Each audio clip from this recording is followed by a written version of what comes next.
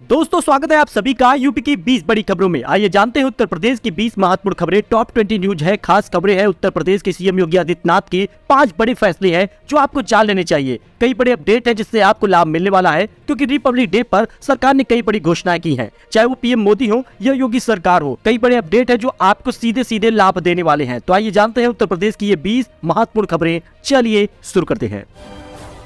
बात करें पहले खबर की, तो दरअसल महंगाई से मिलेगी राहत, क्योंकि बफर स्टॉक से 30 लाख टन गेहूं बेचने की तैयारी है। आटे की बढ़ती कीमत पर लगेगी लगाम। वर्तमान में आटे की औसत कीमत बढ़कर करीब 38 रुपए हो गई है। यही कारण है कि खाद्य सचिव संजीव चोपड़ा ने 19 जनवरी को कहा था कि गेहूं और आटे की खुदरा कीमतों में बढ़ोतरी हुई है। सरकार जल्द ही बढ़ती कीमतों को नियंत्रित करने के लिए कदम उठाएगी। यानी केंद्र सरकार की तरफ से बड़े फैसले हो सकते हैं, जिसमें जो आटे की कीमत है वो अब कम हो जाएगी। दरअसल लगभग 38 रुपए तक आटा आ गया है 1 किलो तक। इसके दाम में गिरावट होने वाली है।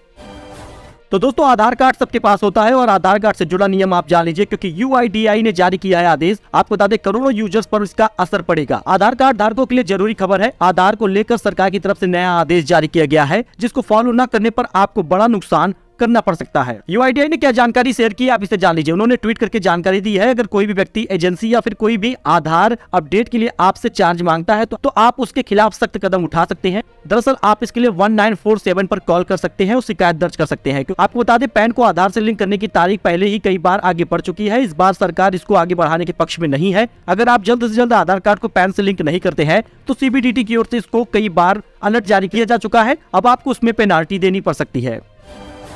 अच्छा, इसके साथ ही यूपी से एक बड़ी अपडेट सामने आए हैं। डॉक्टर खुद नहीं चाहते कि 62 वर्ष से 65 वर्ष हो जाए सेवानिवृत्ति की उम्र। 7 सदस्यीय कमेटी ने सौंपी है रिपोर्ट। डॉक्टर की सेवानिवृत्ति की उम्र बढ़ाए जाने को लेकर 7 सदस्यीय कमेटी ने महानिदेशालय को रिपोर्ट सौंप दी है। अब इस पर शासन निर्णय लेगा, क्योंकि डॉक्टर खुद नहीं चाहते कि उनकी जो सेवानिवृत्ति है वो 62 से 65 वर्ष हो जाए। अच्छा, इसके साथ ही माघ महीने के शुक्ल पक्ष की पंचमी से ऋतुओं के राजा बसंत का आरंभ हो जाता है। यह दिन नवीन ऋतु के आगमन का सूचक है और इसलिए इसे ऋतुराज वसंत के आगमन का प्रथम दिन माना जाता है और इसी समय से प्रकृति के सौंदर्य का निखार देखने को मिलता है। आपको पता ही होगा कि वृक्षों के पुराने पत्ते झड़ जाते हैं और नए नए गुलाबी पल्लव मन को मुग्ध करते हैं। और राम जन्मभूमि में विराजमान रामलला के अलावा हनुमानगढ़ी समेत सभी मंदिरों में भगवान को अबीर गुलाल चढ़ाने की परंपरा रही है। यानी बसंत ऋतु शुरू हो गई है। बसंत पंचमी आने के बाद बीत गई है, यानी आज एक अगला दिन है। अब आपको बता दें, चाहे राम जन्मभूमि हो या फिर अयोध्या के हनुमानगढ़ी हो, अब यहाँ पे अबीर गुलाल लगभग 1 महीने तक चढ़ेगा। यानी चैत्र कृष्ण प्रतिपदा तक 8 मार्च तक ये ऐसे ही होलिका उत्सव चलेगा।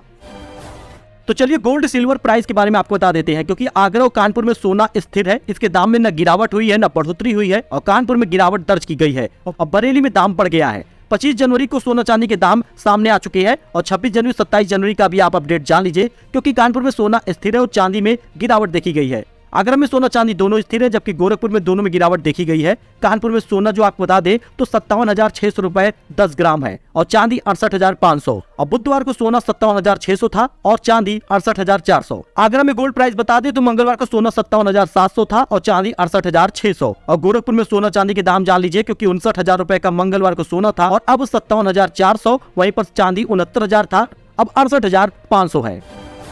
यह दोस्तों बदल गया है राशन मिलने का नियम। अब इन लोगों को मिलेगा डबल राशन। आप भी तुरंत जान लीजिए इसका फायदा कैसे मिलेगा। हरियाणा सरकार इसका लाभ दे रही है। मनोहर लाल खट्टर ने कहा है, जिनके घर में कोई सदस्य नौकरी कर रहा है या फिर उसकी आमदनी 1,80,000 रुपए से ज्यादा है सालाना, तो ऐसे लोगों के नाम पीले राशन कार्ड से काटे गए हैं। लेकिन जिन लोगों का राशन कार्ड गलत तरीके से काटा गया है उनको 2 बार राशन मिलेगा। गरीब कल्याण अन्न योजना के तहत तो राशन मिलेगा ही, राज्य सरकार भी राशन देगी। अब बात कर ले उत्तर प्रदेश राशन योजना की, तो उत्तर प्रदेश में भी राशन मिलना शुरू हो गया है। 24 से 31 दिसंबर तक आपको राशन मिलेगा। इस बार आपको बता दें जनवरी में 2 बार राशन मिल रहे हैं। एक नवंबर का राशन दिया गया है और दिसंबर का राशन 24 से 31 जनवरी तक दिया जा रहा है, जिसमें गेहूं चावल फ्री है। योगी सरकार आपको फ्री दे रही है, क्योंकि इसका पैसा केंद्र सरकार देगी। बात करें फ्री गैस सिलेंडर का, तो अब लेना होगा थोड़ा मुश्किल, क्योंकि राशन कार्ड धारकों के लिए बना है ये प्लान। फ्री गैस सिलेंडर योजना के लाभार्थियों के एलपीजी आईडी की मैपिंग की जाएगी। इसके साथ ही सक्रिय गैस कनेक्शन वाले राशन कार्ड धारकों को ही चिन्हित किया जाएगा। यानी जिसका राशन कार्ड एक्टिव है उन्हीं लोगों को गैस सिलेंडर फ्री मिलेगा। ये उत्तराखंड सरकार ने फैसला लिया है और यूपी सरकार भी इसी बजट में गैस सिलेंडर का लाभ अब आपको देने वाली है, क्योंकि बहुत सारे लोगों की शिकायत थी कि होली बीत गई, दिवाली बीत गई, लेकिन उनको गैस सिलेंडर नहीं मिल रहा। तो बजट फरवरी में आने वाला है, जिसमें आपको ये फायदे मिलेंगे। आप जाकर ट्वीट देख सकते हैं।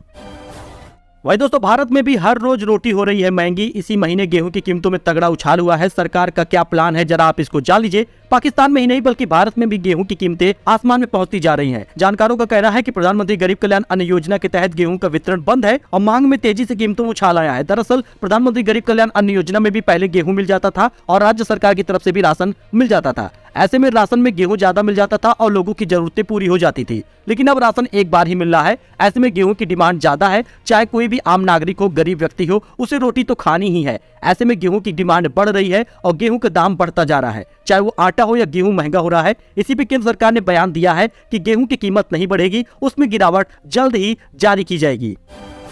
वही दोस्तों, स्वामी प्रसाद मौर्य की बुद्धि भ्रष्ट हो गई है। रामचरितमानस विवाद पर बोले हैं श्री राम भद्राचार्य। धीरेन्द्र शास्त्री का किया है समर्थन। पद्म विभूषण से सम्मानित श्री चित्रकूट तुलसी पीठाधीश्वर जगत गुरु स्वामी राम भद्राचार्य महाराज ने आज तक से खास बातचीत की है। इस दौरान स्वामी प्रसाद मौर्य के रामचरितमानस पर दिए बयान पर उन्होंने कहा है कि वो सठिया गए हैं। स्वामी प्रसाद मौर्य की बुद्धि भ्रष्ट हो गई है। इसके अलावा उन्होंने पीओके और धीरेन्द्र शास्त्री के मुद्दे पर भी बात की और धीरेन्द्र शास्त्री का समर्थन किया है।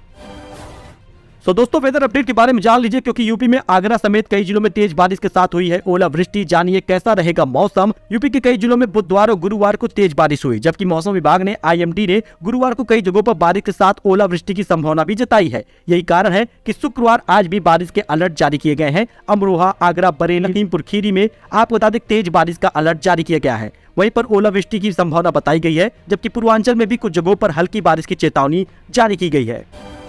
दोस्तों, नए बिजली कनेक्शन की दर जो बढ़ने वाली थी उसका प्रस्ताव टल गया है। आयोग ने संशोधित प्रस्ताव देने का दिया है निर्देश। आयोग चेयरमैन RP सिंह ने प्रस्ताव संशोधन पर सहमति जताई है। उन्होंने कहा कि आम जनता व घरेलू छोटे विद्युत उपभोक्ताओं की दरें सकारात्मक होनी चाहिए। उन्होंने उपभोक्ता परिषद के तर्क को महत्वपूर्ण बताते हुए कहा कि इन सुझावों पर भी विचार किया जाए। यानी जो लगातार खबरें सामने आ रही थी कि 15 से 20% तक बिजली कनेक्शन लेना महंगा हो जाएगा, तो ऐसा नहीं है। बिजली कनेक्शन महंगा नहीं होने वाला। आपको बता दें, बैठक में बुधवार को जमकर हंगामा हुआ और इस दौरान प्रस्ताव में कई तरह की खामियां पाई गई। यही कारण है कि नए कनेक्शन की दर बढ़ने का प्रस्ताव फिलहाल टल गया है।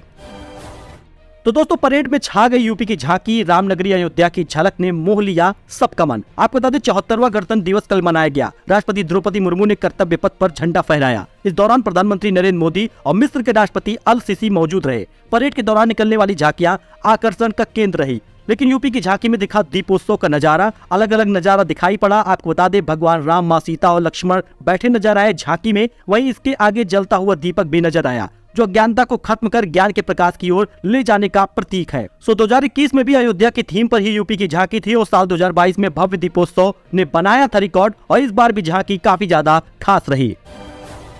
तो अब आपके फायदे की बात कर लेते हैं, क्योंकि निजी स्कूलों में अब अगर आपके घर की 2 बेटियां पढ़ती हैं तो एक का फीस माफ रहेगा। दोस्तों, निजी स्कूल में 2 बहनों के पढ़ने पर एक की फीस भरेगी यूपी सरकार। अगले बजट में होगा प्रावधान। इसके लिए अगले वित्त वर्ष के बजट में प्रावधान किया जा रहा है। इसमें प्राथमिक, उच्च प्राथमिक और माध्यमिक स्कूलों में पढ़ने वाले लाखों छात्राएं लाभान्वित होंगी। अगर आपके घर में 2 बेटियां हैं और दोनों सेम स्कूल में पढ़ रहे हैं तो एक का फीस अब सरकार भरेगी। अच्छा, इसके साथ ही गणतंत्र दिवस पर यूपी के इन कर्मचारियों को योगी सरकार की सौगात है। बोनस की घोषणा हो गई है। गणतंत्र दिवस के मौके पर योगी सरकार ने यूपी के हजारों कर्मचारियों को सौगात दी है। यह सौगात बिजली विभाग के कर्मचारियों को बोनस के रूप में मिला है। 32,000 से ज्यादा कर्मचारियों को इसका फायदा होगा। गणतंत्र दिवस के मौके पर योगी सरकार ने हजारों कर्मचारियों को ये सौगात दी है। दोस्तों, आपको बता दें, प्रदेश के सिंचाई एवं जल संसाधन विभाग के 30 सहायक अभियंता को पदोन्नत कर अधिशासी अभियंता भी बनाया गया है। इस बारे में बुधवार को विशेष सचिव अनीता वर्मा सिंह ने आदेश जारी किया है। वही दोस्तों, पावर कॉर्पोरेशन कर्मचारियों को बोनस की धनराशि पर करीब 19 करोड़ रुपए खर्च होंगे। इसमें 32,517 कर्मचारियों को लाभ मिलेगा। बोनस के रूप में 30 दिन परिलिप्तियों के बराबर धनराशि कर्मचारियों को मिलेगी। तो बागेश्वर धाम को लेकर राजभर ने क्या कहा है, आइए इसको जान लेते हैं, क्योंकि बागेश्वर धाम के धीरेन्द्र शास्त्री विवाद पर बोले हैं ओम प्रकाश राजभर। उन्होंने क्या कहा, इसको भी आइए जानते हैं। दरअसल ओपी राजभर ने कहा, जो व्यासपीठ पर बैठता है वह ज्ञान और उपदेश देता है। सुनने वालों के चश्मे की पावर अलग अलग होती है। कुछ लोग बुराई ढूंढते हैं तो कुछ लोग सीख देते हैं। तो ऐसा उन्होंने समर्थन किया है। और रामदेव जी ने तो पहले ही समर्थन किया है। देवकी नंदन ठाकुर ने समर्थन किया है। अनिरुद्धाचार्य जी ने समर्थन किया है और प्रदीप मिश्रा ने भी समर्थन किया है। यानी सभी सनातनियों ने समर्थन किया है बागेश्वर धाम का। वैसे आपका क्या मानना है, कमेंट करके जरूर बताइए। सो दोस्तों, मिलते हैं नए अपडेट में नई जानकारी के साथ। आई होप आपको ये जानकारी पसंद आई होगी। ऐसी जानकारी, ऐसे अपडेट के लिए आप हमारे साथ जुड़े, चैनल को सब्सक्राइब करें। मिलते हैं नए अपडेट में नई जानकारी के साथ। तब तक के लिए धन्यवाद।